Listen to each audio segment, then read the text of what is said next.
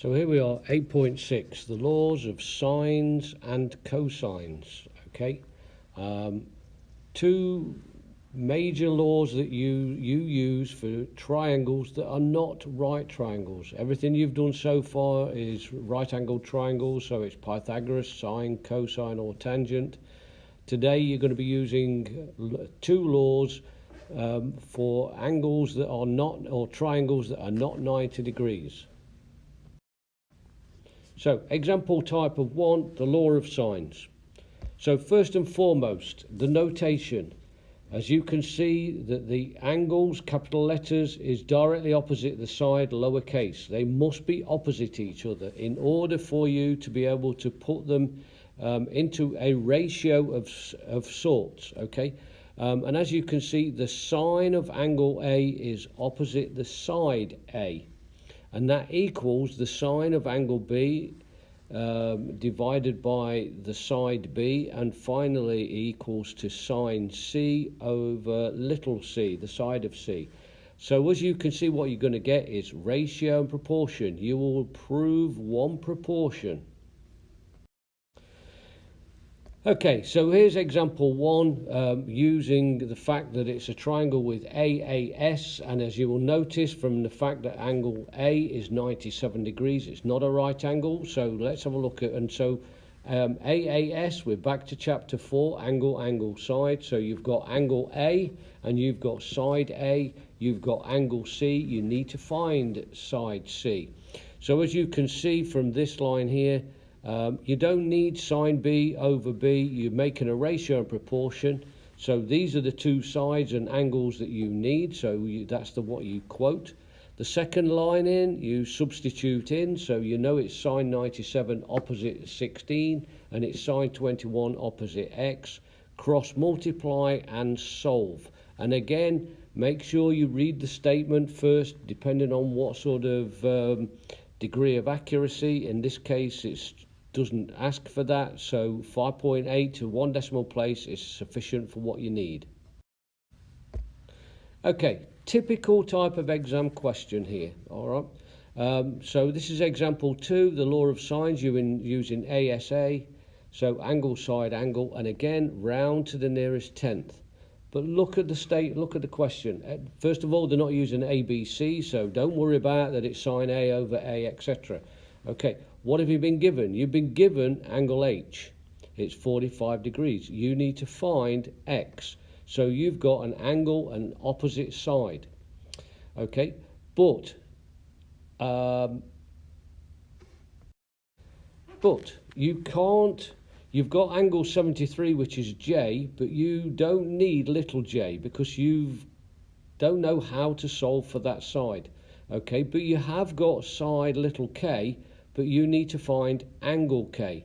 And as it says here, from the angle sum theorem, all you've got to do is add together the 45 and 73, subtract it from 180. So now you know that angle k is 62 degrees. Okay, so you've got to find that in order to find your other part of ratio and proportion. And as you can see, you're now using the angles H and K and the sides H and K. So now you've got your ratio and proportion, substitute in and solve. Okay, so question number 1, no letters, but you can put your own letters in. I'm just going to go A, B, C, it doesn't matter. So this is little a, this is little b, and this is little c. And as you notice straight away, we don't need little c.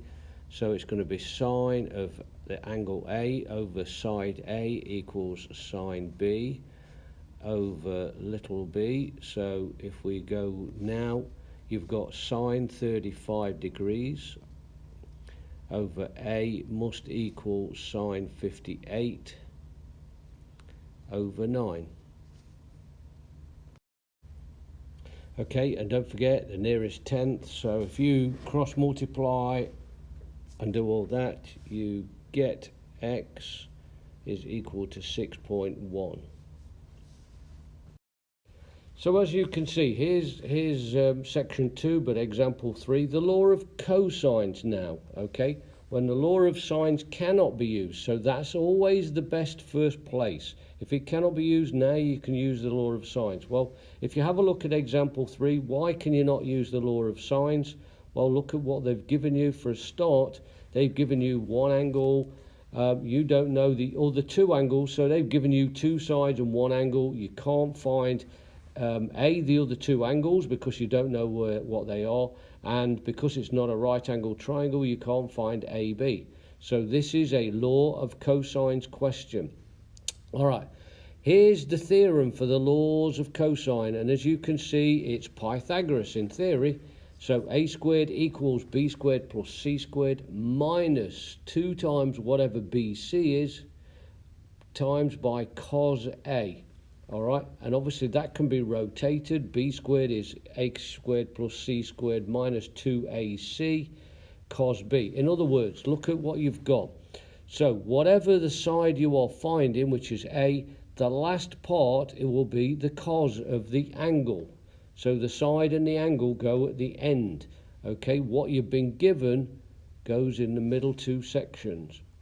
It's one of those things that, as you know, I often say, it's a number cruncher. So make sure that you do a lot of number crunching. So always quote the formula. Second line, substitute in. Third line, simplify. The fourth line, do your work, and then eventually you're going to come up with your answer.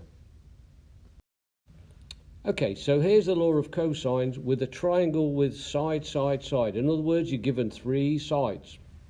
All right, so in other words, it's the same formula. Okay, whatever you are finding or whatever you're given must be the first or the last part of the equation. All right. Well, you are looking for the missing angle. So now your missing angle is the cos at the end, and it must be opposite. So whatever we finish with, we must start with. So it must be your opposite side, which is your 8. Okay. You've given the other sides. You are given side little q. You're given side little p. So substitute it in. Okay. Solve and simplify as best as you can. Okay, now don't forget, negative 36 is multiplying cos 36. It's not just 45 subtract 36 at all. It's 45 subtract the multiple of 35 cos x. Okay, so as you can see, from here to here, as it says here, they're subtracting the 45. You're getting rid of the 45, 64, subtract 45, it's giving you 19. These guys here are a multiplier, so you're going to divide, which is this section here, and that will give you the cos. And don't forget, when you're finding an angle, you use the inverse button. Okay, so now you've got a cosine ratio now, okay, opposite over the adjacent, etc., and you finish up with 122. Is that a reasonable answer? Well, let's have a look. You know that 122 is greater than 90, so it must be the greatest angle. And if you look at the triangle 368, it's directly opposite. So the biggest angle must be across from the biggest side. So is it reasonable? Yes. Is it the correct answer? Well, only time will tell, but at least it's a reasonable answer. Okay, so now we've got the cosine rule. Again, we've got no labels, so just label them A, B, C. It's entirely up to you, it doesn't matter. So this is little a, little b, and little c. Okay, quote the formula. Well, we want little a, so it's going to be a squared equals b squared plus c squared minus 2 times the sides that you've been given, B, C, and cosine the angle that you've got, 18 degrees. Okay, so there's the formula, so plug it in. So a squared is going to equal b squared is 7 squared plus 14.7 squared minus 2 times, and I'll put these in parentheses now, the 7, the 14.5, and the cos 18 degrees.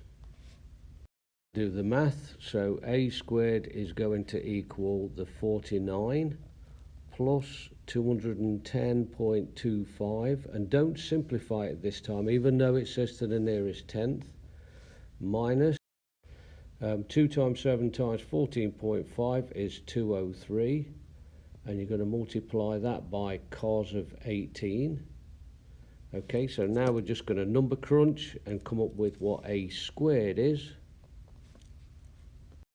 So a squared is going to be 66.1855. Still do not simplify yet. And then the square root of that is going to give you 8.3 to the nearest tenth.